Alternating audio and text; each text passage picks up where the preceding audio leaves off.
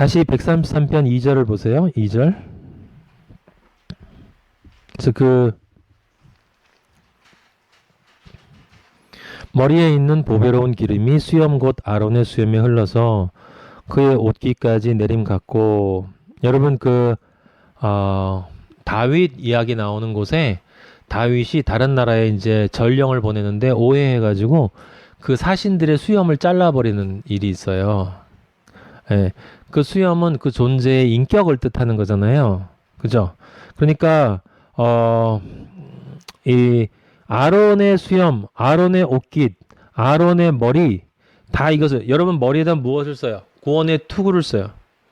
머리에다 부어질 때 우리는 의의 존재로 성령이 구원을 확인하는 것이고, 이 수염에 흘러내릴 때 내 존재가 하나님이 보실 때 아들로서의 전혀 오점이 없는, 부정하지 않은 그러한 존재로, 의의 존재로 나를 받아주신다는 것이고, 내 옷깃까지 흘러내린다는 건 뭡니까? 내 존재 전체가 의의 존재로 바뀐다는 거지.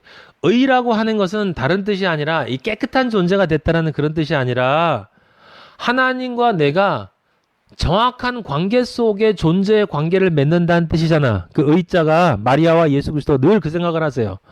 의라고 하는 것은 나와 하나님의 관계가 태아와 산모의 관계처럼 십자가의 사랑 줌과 부음과 십자가의 사랑받음의 관계로 온전하게 이루어지는 그 관계, 연합과 동거가 온전하게 이루어질 때 그것이 의다. 그래서 그 연합과 동거가 온전하게 되어진 것이 무엇을 뜻하는 거예요? 지금 그러니까 머리에다 그 관유를 부으면 그 머리로부터 그 보배로운 기름인 관유가 흘러서 내가 구원받았다는 것을 확인해주고, 내가 하나님의 아들이라는 내 존재의 정체성, 너는 깨끗한 존재가 됐다는 걸 확인해주고, 네 존재 전체가 이제 의로운 존재가 됐다는 것을 확인해 줌으로써 너는 하나님과 연합되어진 존재고 하나님과 동거하는 존재라는 것을 확인시켜 주는 것이다 라고 하는 거예요. 그래서 그 관유를 붓고, 출애굽기 29장 보세요.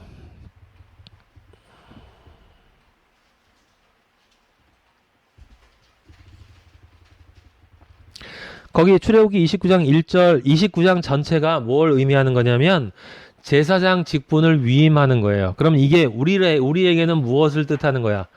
그리스도인이 되는 자격을 뜻하는 거고, 그리스도인이 되는 자격이라는 건 무엇을 의미하냐면 시편 133편 1절에 나와 있는 이 형제와 그리스도와 연합하고 동거하는, 그렇게 하기 위해서는 내가 어떤 존재가 되어야 하는가, 또는 어떤 것이 이루어졌기 때문에 어떤 은혜로 내가 그런 존재가 되어졌는가를 보여주는 것이에요. 그래서 제사장이 된다라는 것, 연합되어지고 동거한다는 것이 무엇을 의미하는가를 보여주는 거야. 거기 보면, 자, 잘 보세요. 제사장을 만드는데 1절에 보면 뒤에 어린 숫소 하나하고 순양 둘, 어린 숫소 하나, 순양 둘, 셋을 잡아요. 셋을. 그 다음에 2절에 보면 무교병, 누룩이 들어가지 않은 거잖아. 세상이 섞이면 안 돼. 그 다음에 오른쪽 끝에 보면 고운 밀가루, 완전히 갈아진 거. 내 이기적인 나의 인간적인 모든 것은 갈아 없어져야 된다는 거잖아. 그것들이 한 광주리, 하나의 진리 안에 들어가야 된다는 거야. 한 광주리에 담긴다는 건 십자가의 진리 안에서 이것들이 하나가 되어져야 된다는 거지. 그래서 근데 그것이 온전해지기 위해서는 반드시 제물이 있어야 돼. 송아지와 두 양, 이 송아지와 두 양의 제물은 누구를 상징하는 거야? 바로 예수 그리스도의 십자가를 상징하는 거지. 예수 그리스도의 십자가가 없이는 절대로 너희는 제사장이 될 수 없다. 그래서 시편 133편 2절에 머리에 있는 할 때 그 머리라는 단어가 두 가지 의미가 있는 거예요, 여러분. 머리에 있는 이라고 할 때 그 머리라는 단어는, 첫째는 우리의 존재의 머리가 되시는, 시작이 되시는 예수 그리스도를 뜻하는 거예요. 예수 그리스도. 오직 그 예수 그리스도 안에만 보배로운 기름이 있어. 예수 그리스도 안에만 보배로운 기름이 있어요. 그래서 그 보배로운 그 기름을 믿어 연합되어질 때 그 기름이, 예수 그리스도의 기름이 내 머리에 부어지는 거야.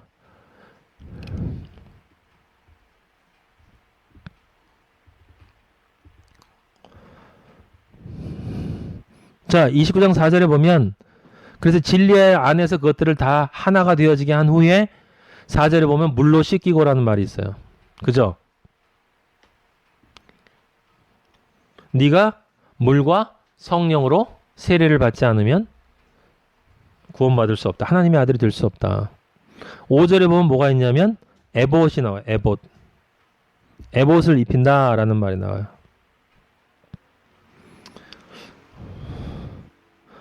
에봇은 하나님의 뜻을 알기 위해서 제사장이 입고 있는 겉옷 조끼예요.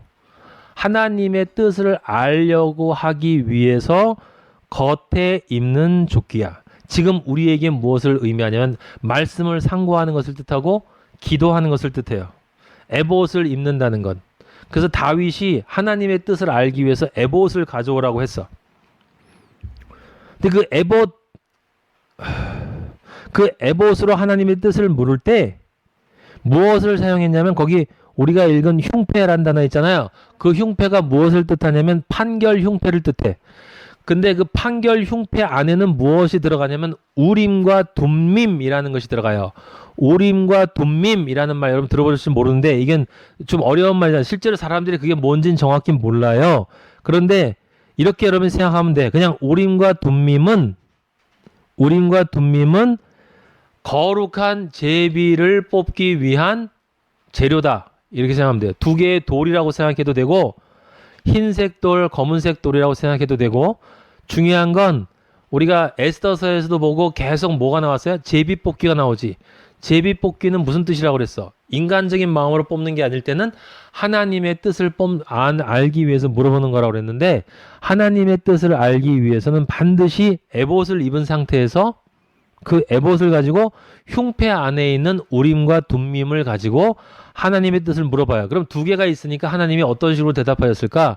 가라, 가지 마라, 멈춰라, 이동해라 뭐 이런 식으로 대답을 하셨겠지. 정확하게는 몰라요. 하지만 우림이라는 말은 빛을 뜻하고 둠밈이라는 말은 완전을 뜻해요. 그럼 우림과 둠밈이라는 말은 무슨 뜻이냐면 완전한 빛을 뜻해. 그래서 하나님께 물어보면 하나님이 완전한 빛 가운데에서 심판하신다. 판결하신다. 누구의 지혜로? 솔로몬의 지혜로. 예수 그리스도의 지혜로 온전하게 분별해 주신다. 그래서 그것을 거룩한 제비다. 우림이냐 둠밈이냐 이런 게 했겠죠 뭐. 그래서 흉패 위에는 이스라엘을 상징하는 12개의 보석을 달아놓고 이 이스라엘 전체 지파가 즉 지금으로 얘기하면 뭐예요? 우리 그리스도인이 여러분이 하나님의 뜻을 물어볼 때 그 하나님의 뜻을 우림과 둠밈이라는 완전한 빛을 통해서 안다. 그럼 하나님의 뜻을 우리가 알 수 있는 유일한 길은 뭐? 성경을 영적으로 읽는 거예요. 성경을 영적으로 읽고 그 성경 안에서 기도하고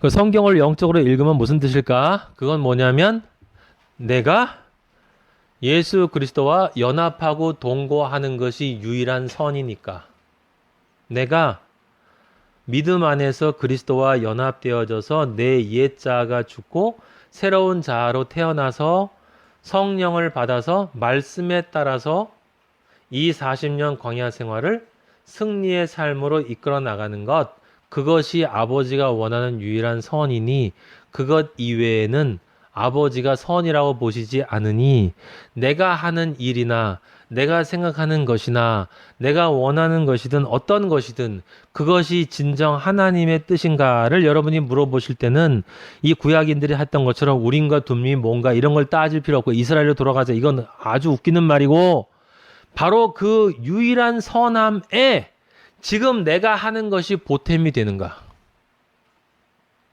내가 생각하는 것이 그것을 위한 것인가? 그것을 위한 것이면 선이고 그것을 위한 것이 아니면 선이 아닌 거예요. 그래서 우리가 뭐라 그래요? 우리 그리스도인은 밥을 먹어도 그리스도를 위해서 먹고 잠을 자도 그리스도를 위해서 자고 그럼 밥을 먹으면 왜 그리스도를 위해 잔다는 거야? 내가 밥을 먹어야 진리를 전할 때 맨정신으로 전할 수 있으니까 힘을 내서 전할 수 있으니까 나는 밥을 먹는 거지. 오늘 밥 먹고 힘내서 돈 벌어서 잘 먹고 잘 살아야지 라고 밥을 먹는 게 아니다 이런 뜻이에요. 돈을 버는 것도 내가 이 돈을 벌어서 삶을 유지해야 이 돈이 있어야 내가 이것으로 시험받지 않아서 하나님의 사람으로 되어져 가는데 온전해질 수 있으니까 돈을 벌려고 하는 것이고 직업을 갖는 것도 사람을 만나는 것도 그래서 그리스도 안에서 이것이 정말 그 길을 위한 것이 아니다. 그러면 가차없이 잘라버리는 게 그리스도인의 뜻인 거예요.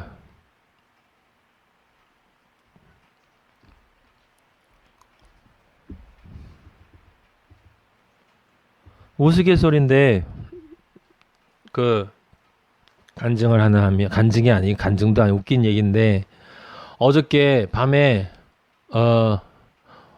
제가 오랜만에 마리아랑 영화를 하나 같이 보고 싶었어요. 근데 극장 갈 수는 없잖아. 유엘이 다일 받을 수가 없으니까. 그래서 할 수 없이 저도 마리아랑 데이트를 좀 하고 싶어서 같이 산책을 둘이 가고 싶은데 요놈들이 항상 따라다니니 이게 할 수가 없어. 그래서 할 수 없이 영화를 하나 다운 받았는데 무슨 영화였냐면 타잔이었어요. 타잔. 밀림의 왕 타잔. 제가 볼 때는 복음이랑 연결돼. 거기 예고편을 보니까 이렇게 나왔더라고요. 그 나쁜 놈이 죄인을 납치하면서 너는 죄인, 걔는 타잔. 그러니까 타잔은 널 되찾으러 와. 그게 완전히 복음이더라고. 나는 신부, 우리 주님은 신랑. 그러니까 신랑은 신부를 찾아온다. 그래서 그렇게 나를 변명하면서 마리아랑 같이 그 영화를 보려고 다운을 받아서 그 영화를 좀 봤는데 오늘 말씀이 있잖아요. 말씀을 준비하는데 성령이 내 안에서 강하게 네가 지금 그걸 보면서 내일 말씀을 준비할 수 있겠니? 라는 마음을 주셔서 보다 말고 멈췄어요. 그리고 아침에 일찍 일어나서 준비를 해야 되니까 그냥 잤습니다.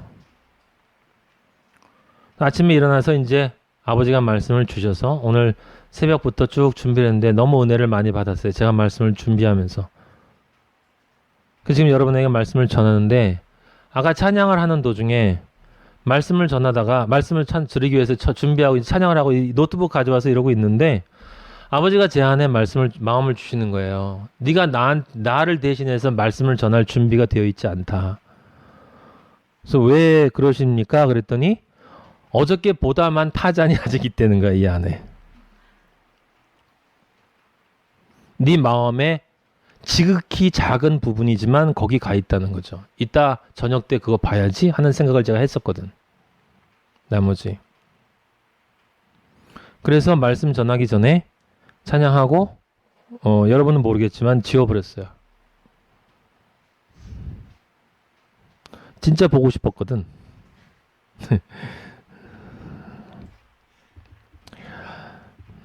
이건 아무것도 아니에요. 실제 아버지가 그 마음을 주셨는지 난 몰라. 하지만 제 마음엔 그렇게 왔어요.